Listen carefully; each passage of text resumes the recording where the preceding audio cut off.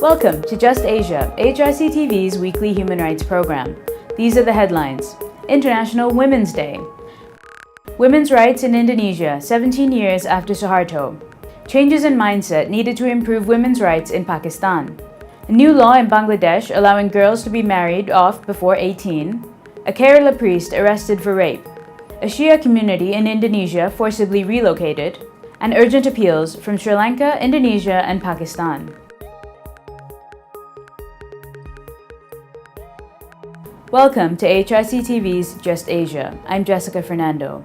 This week, Just Asia begins with International Women's Day, which is annually celebrated on March 8th. The theme for 2017 is Women in the Changing World of Work, Planet 50/50 by 2030. The idea is to work towards the 2030 Agenda, which includes ending discrimination and violence against girls and women and ensuring free, quality education for all children and promoting lifelong learning. Countries in Asia vary greatly in terms of women's education, political and economic empowerment, and access to healthcare. According to the 2016 Global Gender Gap Report, while the Philippines ranks first in Asia and seventh in the world, Malaysia ranks 106th and Pakistan ranks 143rd out of 144 countries. Throughout most of Asia, there is a lack of effective policies addressing entrenched prejudice and discrimination. Bangladesh has the highest rate of child marriage, while Pakistan has the highest rate of violence against women. Access to health and education is poor or problematic throughout South Asia, and political empowerment and participation is lacking throughout the region.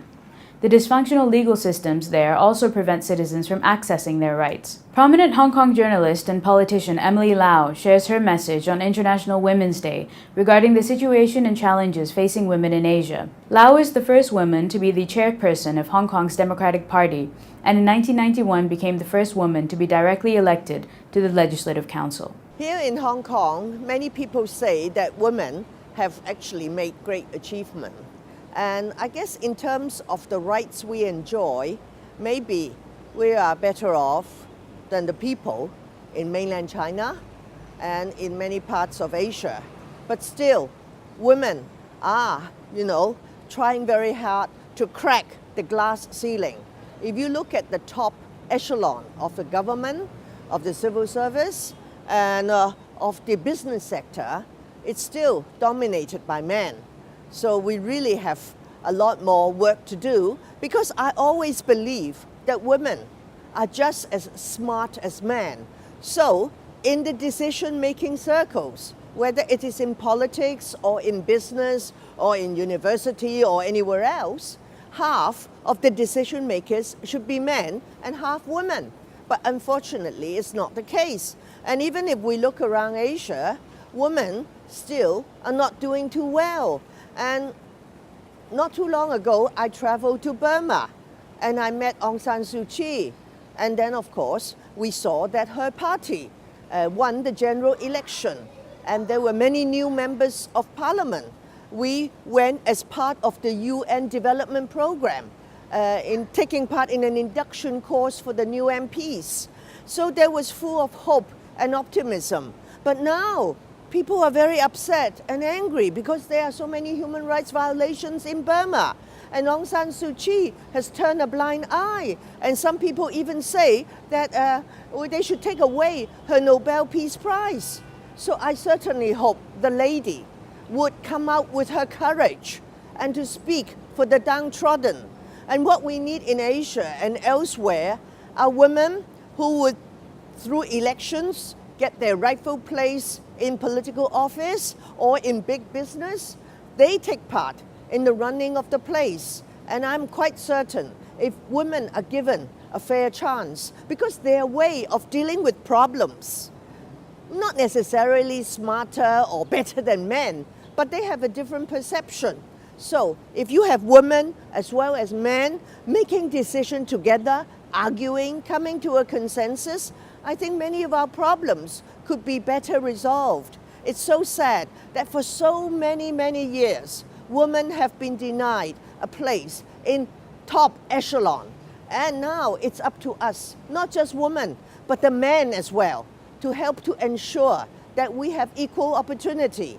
So here in Hong Kong, actually as I speak, I am someone who has not been allowed to travel to mainland China for more than 20 years. Why? Because of my political belief. I think that Beijing should tolerate dissenting views, should respect human rights. We in Hong Kong, we try very hard to ensure that we have human rights, we have independent judiciary, and to fight for a democratic system. And I think these are the wishes and aspirations of women and men throughout Asia and throughout the world. So in this very important day, I call on all our sisters and brothers to work much harder. We live in a terrible world, a world that is full of violence and bloodshed, suicide bombers, terrorist attacks. And Hong Kong, in a way we are lucky, it's still one of the most peaceful and safest city. And it's like this because my people want it this way. But I'm sure people throughout Asia and the world would like to live in peace and to live in a safe place. So let us work together to try to get rid of discrimination, animosity, and to ensure that people can have a good share of the prosperity of the place. Then we will lessen hatred and lessen violence and bloodshed.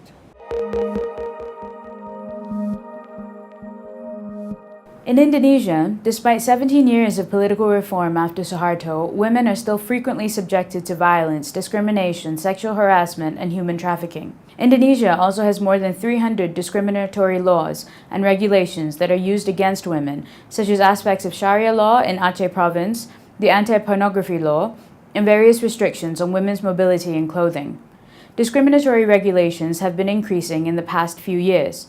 The country's national and local parliaments are still dominated by men, resulting in many regulations and policies that lack an adequate gender perspective.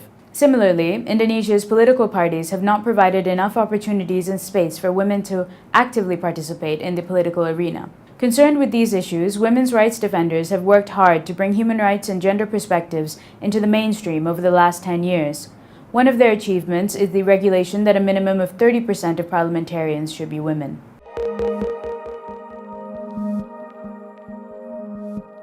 Moving to Pakistan, the situation faced by women throughout the country is dire, as evidenced by its ranking of 143 in the Global Gender Gap Report. That's 143 out of 144 countries. Violence and discrimination against women is extreme, with a prevalence of honor killings. The recent killing of Hina Shah Nawaz, an educated young woman who was the sole breadwinner in her family, for refusing to marry her male cousin, is indicative of the societal attitudes towards the roles of women. Only by enacting policies that address such entrenched and violent practices can Pakistan move towards upholding women's rights and ensuring social progress. The situation for women and other vulnerable factions of the society is quite dire, as so far in Pakistan, since the beginning of 2017, more than 30 women have been victim of honor killing, 23 of whom were from KPK province alone. So you see the situation in terms of the vulnerability of women has not changed much in terms of the violence.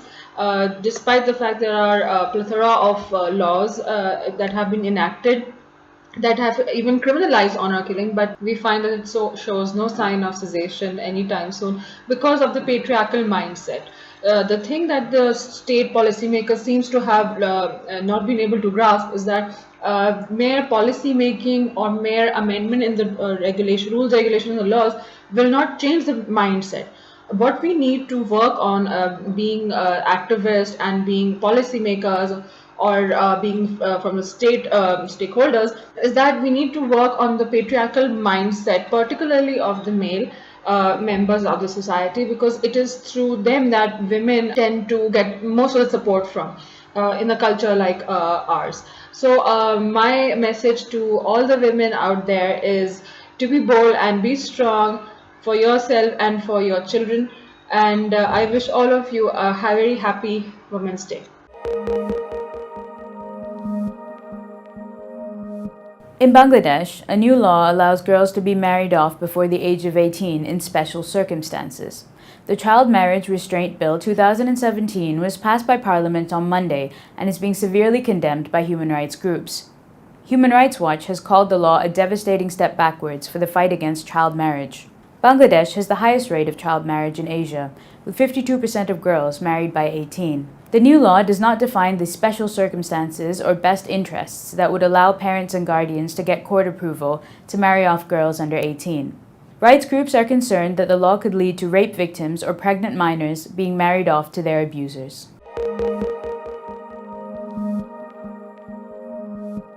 In Kerala, India, a priest was arrested on February 27th for the rape of a 16-year-old girl.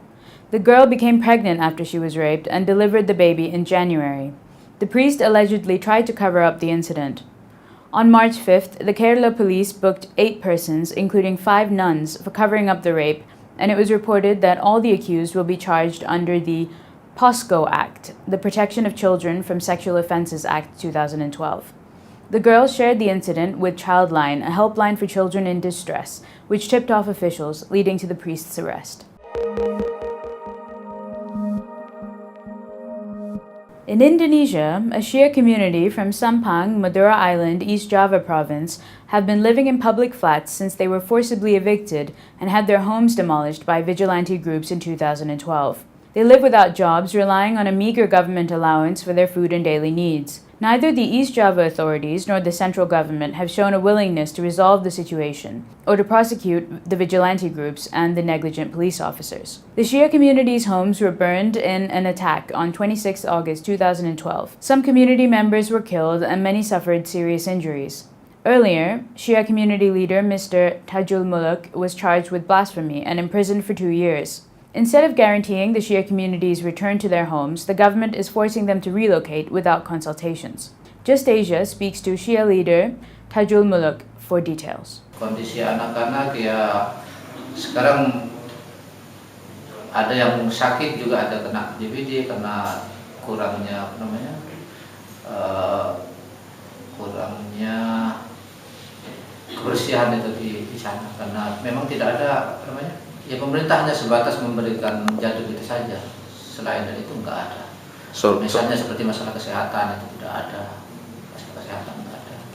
Pendidikan anak-anak juga banyak dibantu oleh relawan.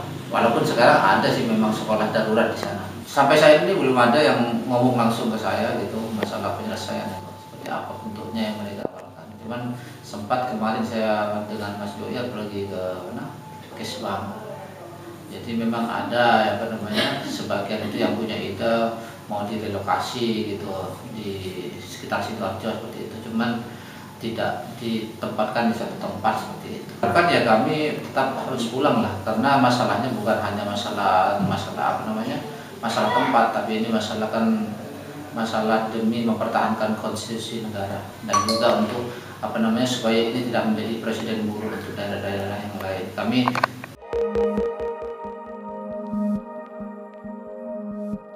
Finally, the Urgent Appeals Weekly features 4 cases, 1 from Pakistan, 2 from Indonesia, and 1 from Sri Lanka.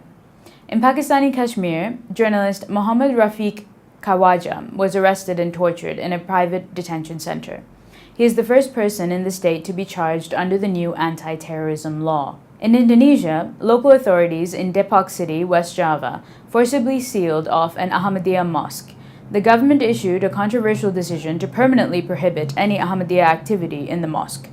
Also in Indonesia, police officers and the Adidaya Tangguh Company have been involved in land confiscation and violence against local community members in Taliabu Island in North Molucas province.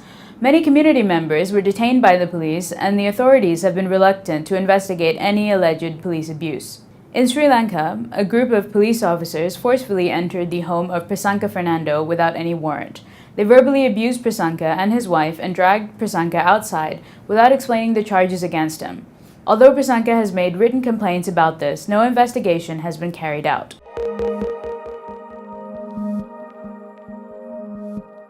That is all for this episode of Just Asia. For more on these and other issues, please visit www.humanrights.asia or www.ahlrc.asia/justasia.